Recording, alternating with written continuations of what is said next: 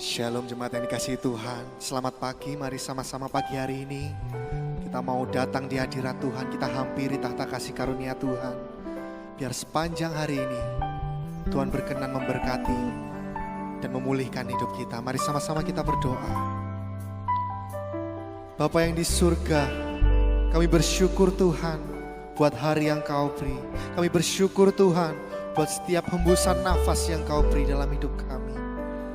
Saat ini Tuhan, kami mau datang di hadirat-Mu. Karena kami tahu hanya di hadirat-Mu kami memperoleh kekuatan. Hanya di hadirat-Mu kami memperoleh pengharapan. Hanya di dalam hadirat-Mu Tuhan hidup kami dipulihkan. Terima kasih Yesus, terima kasih. Kami siap untuk menerima lawatan-Mu pagi hari ini. Yang di dalam nama Tuhan Yesus Kristus. Di hadirat-Mu tempat yang kurindukan, nafas hidupku dan sumber kekuatan. Di sana Kau nyatakan isi hati dan rindumu, sehingga ku mengerti berharganya hidupku. Hadirat-Mu yang membawaku, terima semua janji-Mu, mengubah hidupku menjadi indah. Hadirat-Mu yang menguatkan aku di dalam pengharapan. Yesus, untuk selamanya hiduplah dalamku. Hadirat-Mu tempat yang kurindukan, nafas hidupku dan sumber kekuatan. Di sana Kau nyatakan isi hati dan rindumu, sehingga ku mengerti berharganya hidupku. Hadirat-Mu yang membawaku, terima semua janji-Mu, mengubah hidupku menjadi indah. Hadirat-Mu yang menguatkan aku di dalam pengharapan. Yesus, untuk selamanya hiduplah dalamku. Hadirat-Mu yang membawaku, terima semua janji-Mu, mengubah hidupku menjadi indah. Hadirat-Mu yang menguatkan aku di dalam pengharapan. Yesus, untuk selamanya hiduplah dalamku. Hadirat-Mu yang membawaku, terima semua janji-Mu, mengubah hidupku menjadi indah. Hadirat-Mu yang menguatkan aku di dalam pengharapan. Yesus, untuk selamanya hiduplah dalamku. Hadirat-Mu yang membawaku, terima semua janji-Mu, mengubah hidupku menjadi indah. Hanya hadirat-Mu, hadirat-Mu yang menguatkan aku di dalam pengharapan. Yesus, untuk selamanya hiduplah dalamku. Katakan, Yesus, untuk selamanya hiduplah dalamku.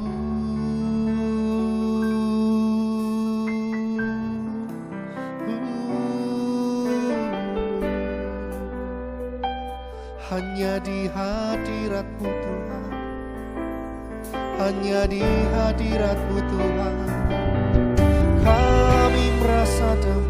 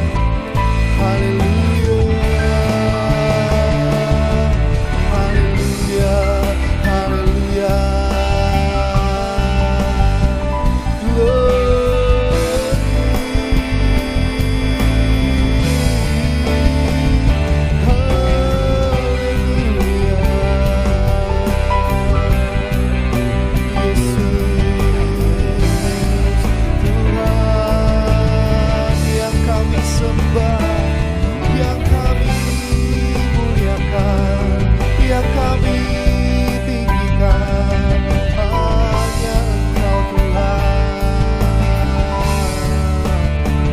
Haleluya, haleluya, haleluya.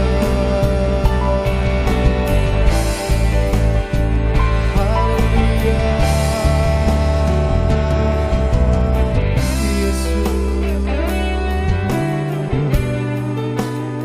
biar di setiap waktu kami, biar di setiap langkah kami, di setiap kehidupan kami mau selalu ada dekat-Mu Tuhan. Kami mau selalu berjalan di dalam hadirat-Mu Tuhan.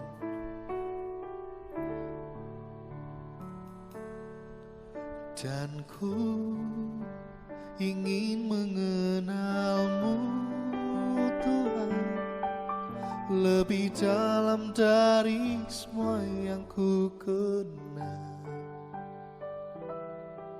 Tiada kasih yang melebihi-Mu, ku ada untuk menjadi penyembah-Mu. Katakan, dan ku ingin mengenal-Mu Tuhan, lebih dalam dari semua yang ku kenal. Sungguh tiada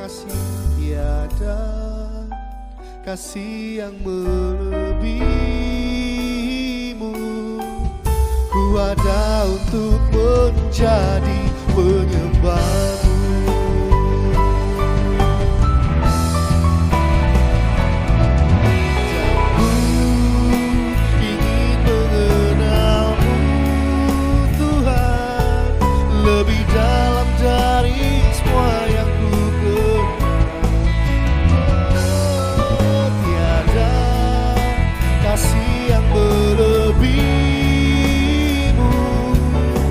Ada untuk menjadi penyembah-Mu,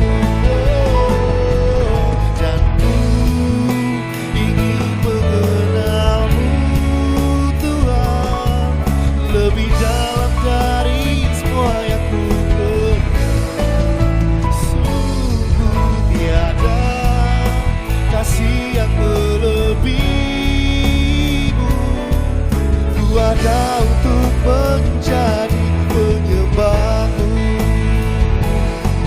ku ada untuk menjadi, ku ada untuk menjadi, ku ada untuk menjadi penyembah-Mu.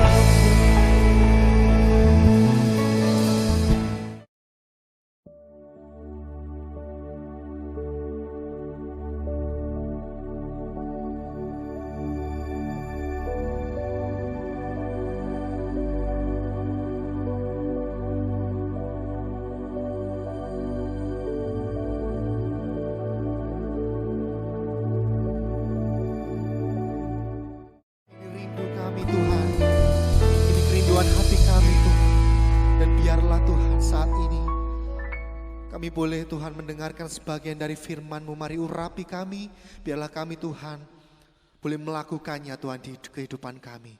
Hanya di dalam nama Tuhan Yesus Kristus kami siap mendengarkan. Haleluya, amin.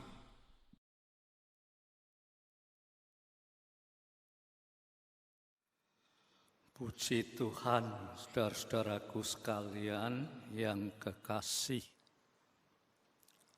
Saudara, pada masa-masa yang lalu, saudara ini setia di dalam doa pagi atau ibadah pagi. Tetapi karena sesuatu hal, saudara terpaksa beribadah pagi di rumah. Tetapi arti kata ibadah itu bukan tempat, saudara. Yang disebut ibadah itu adalah hubungan antara kita dengan Tuhan. Oleh sebab itu, dimanapun juga saudara berada, saudara yang penting ada hubungan antara kita dengan Tuhan. Pada pagi hari ini saya ingin mengajak saudara untuk membaca di dalam surat Yohanes yang pertama, pasal 4 ayat 18.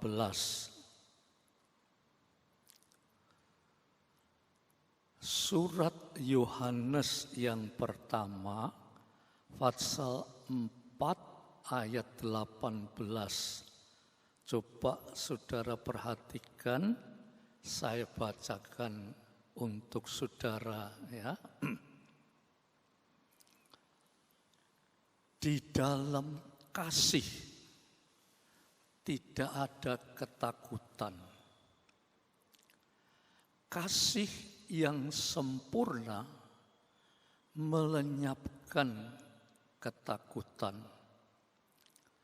Sebab ketakutan mengandung hukuman. Dan barang siapa takut, ia tidak sempurna di dalam kasih.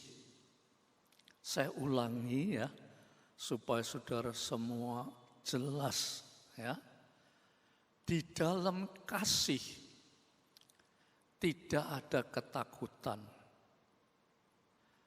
Kasih yang sempurna melenyapkan ketakutan. Sebab ketakutan mengandung hukuman.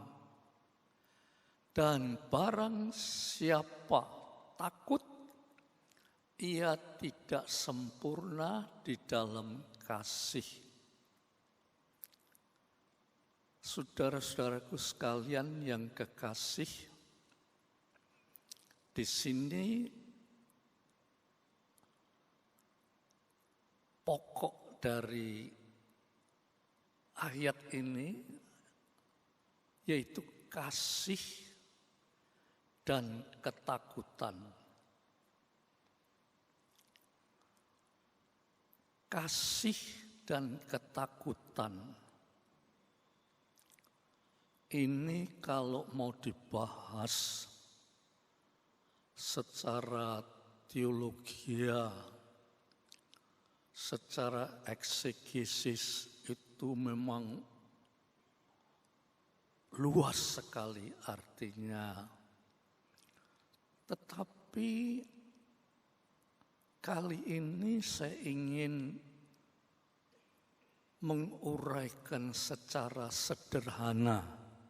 Ya, sebab firman Tuhan itu bukan untuk orang yang berpengetahuan tinggi saja, tetapi juga yang sederhana. Ya. Dari kesederhanaan ini, firman Tuhan berkata, kasih itu tidak ada ketakutan. Kasih yang sempurna menghilangkan ketakutan. Sebab ketakutan itu mengandung hukuman. Nah, untuk itu saya akan bahas dulu tentang kasih. Kasih ini merupakan dasar dari ajaran firman Tuhan. Coba ya, saya beri contoh. Kita baca di dalam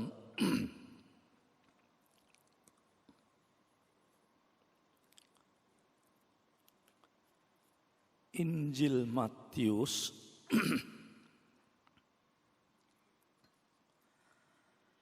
Injil Matius pasal yang ke-22 mulai ayat 37 sampai ayat yang ke-40 ya. Saudara perhatikan tentang kasih ya. Di situ dikatakan begini. Jawab Yesus. Ya, mungkin di situ ada pertanyaan ajaran yang paling mendasar tentang orang yang percaya Yesus itu apa? Ya, dikatakan jawab Yesus. Yesus menjawab ajaran yang paling mendasar, paling utama. Tuhan Yesus menjawab kepadanya, kasihilah Tuhan Allahmu dengan segenap hatimu dan dengan segenap jiwamu dan dengan segenap akal budimu. Itulah hukum yang terutama dan yang pertama. Dan hukum yang kedua yang sama dengan itu ialah kasihilah sesamamu manusia seperti dirimu sendiri. 40. Pada kedua hukum inilah tergantung seluruh hukum Taurat dan kitab para nabi. Saudara-saudara, hukum yang mendasar tadi saya katakan dan dikatakan oleh Yesus, kasihilah Allah Tuhanmu dengan segenap hatimu, dengan segenap jiwamu, dan dengan segenap akal budimu. Sebab dikatakan itulah hukum yang terutama dan yang pertama. Kata-kata hukum yang terutama. Kalau tadi saya katakan hukum yang mendasar. Dasar. Tidak ada dasar lain. Ajaran Yesus Kristus kecuali kasih. Dan di sini Tuhan Yesus berkata, itu yang terutama dan yang pertama. Terus dikatakan, dan hukum yang kedua yang sama dengan itu ialah kasihilah sesamamu manusia seperti dirimu sendiri. Pada kedua hukum inilah tergantung seluruh hukum Taurat dan kitab para nabi. Jadi saudara, ajaran Yesus yang paling mendasar dan yang terutama yaitu kasih. Kita karena sering berbicara tentang kasih, maka rasanya kasih itu hanya sebatas diucapkan. Tetapi seringkali kita kurang merenungkan.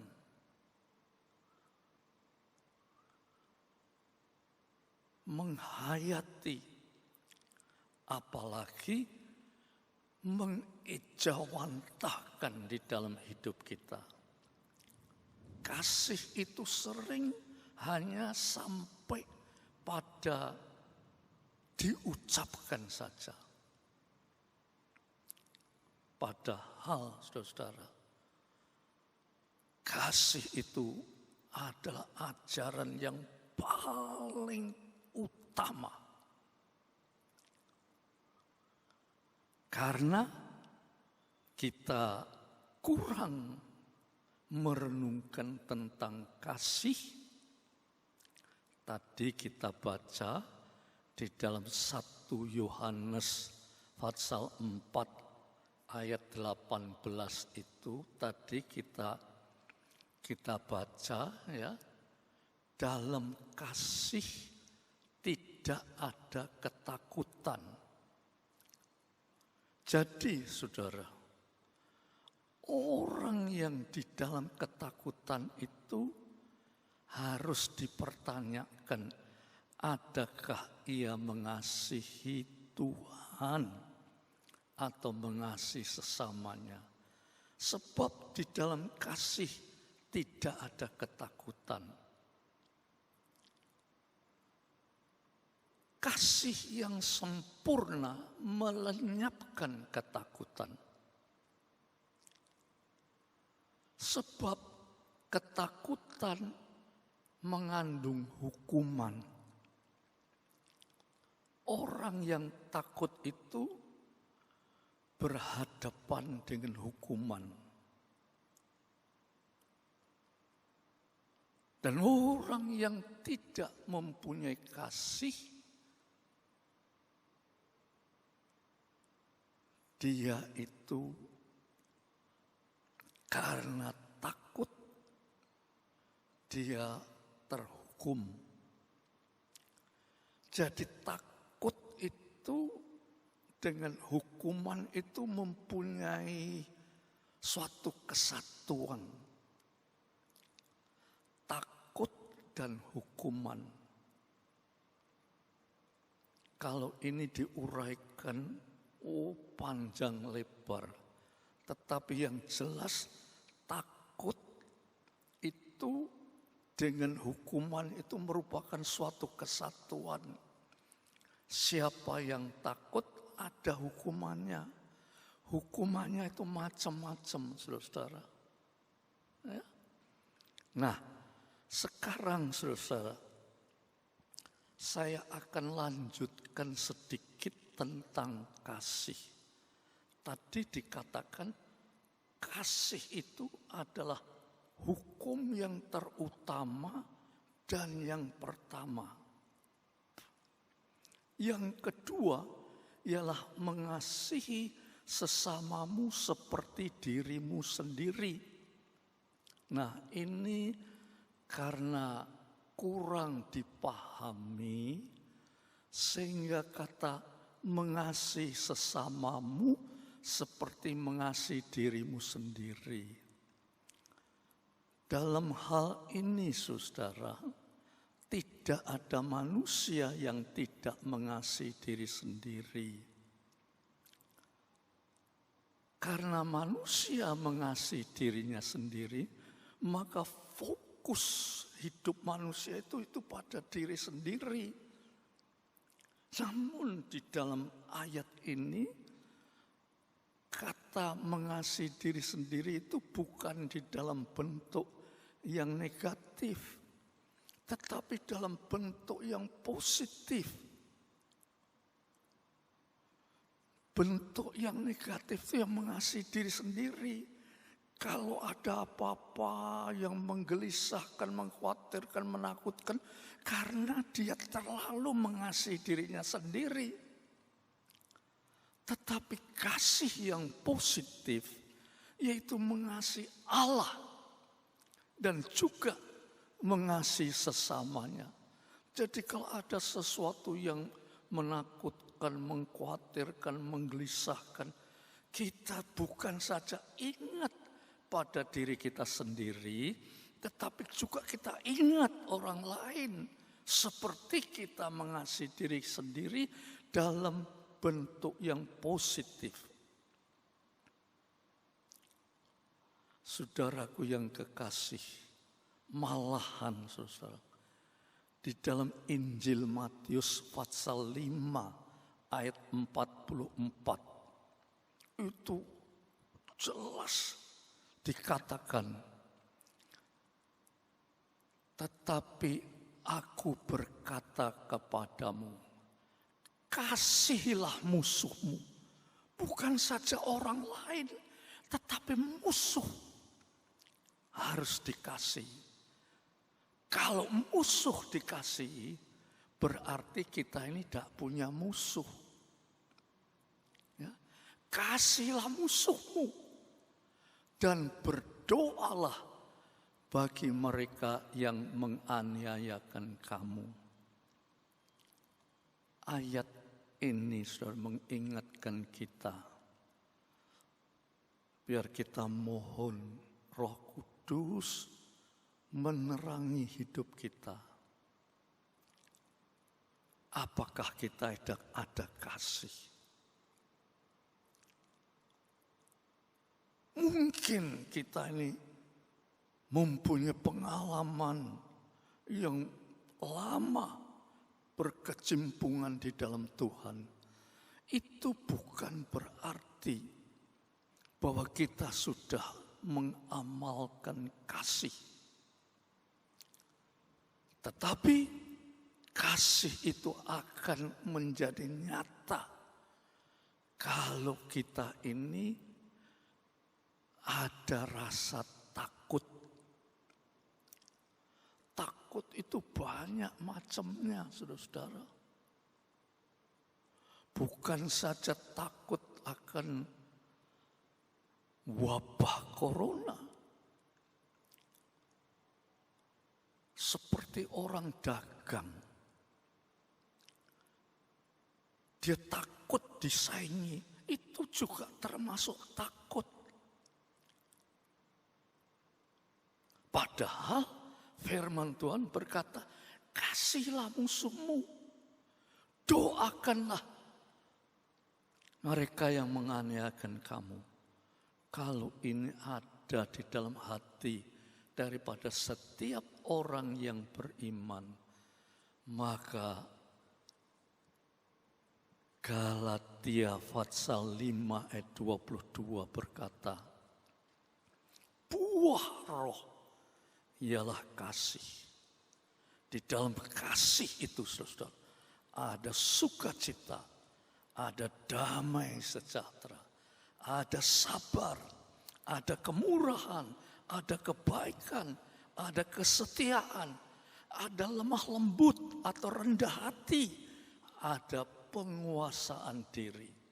Itu di dalam kasih.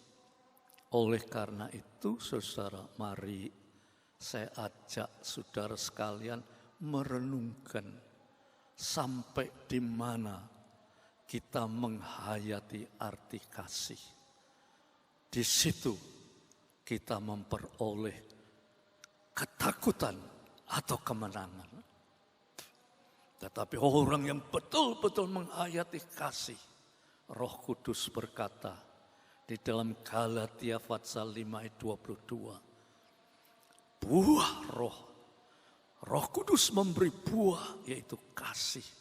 Di dalam kasih itu ada sukacita dan seterusnya. Puji Tuhan, saudara, kiranya dengan renungan ini saudara banyak doa supaya Roh Kudus menuntun saudara di dalam kasih.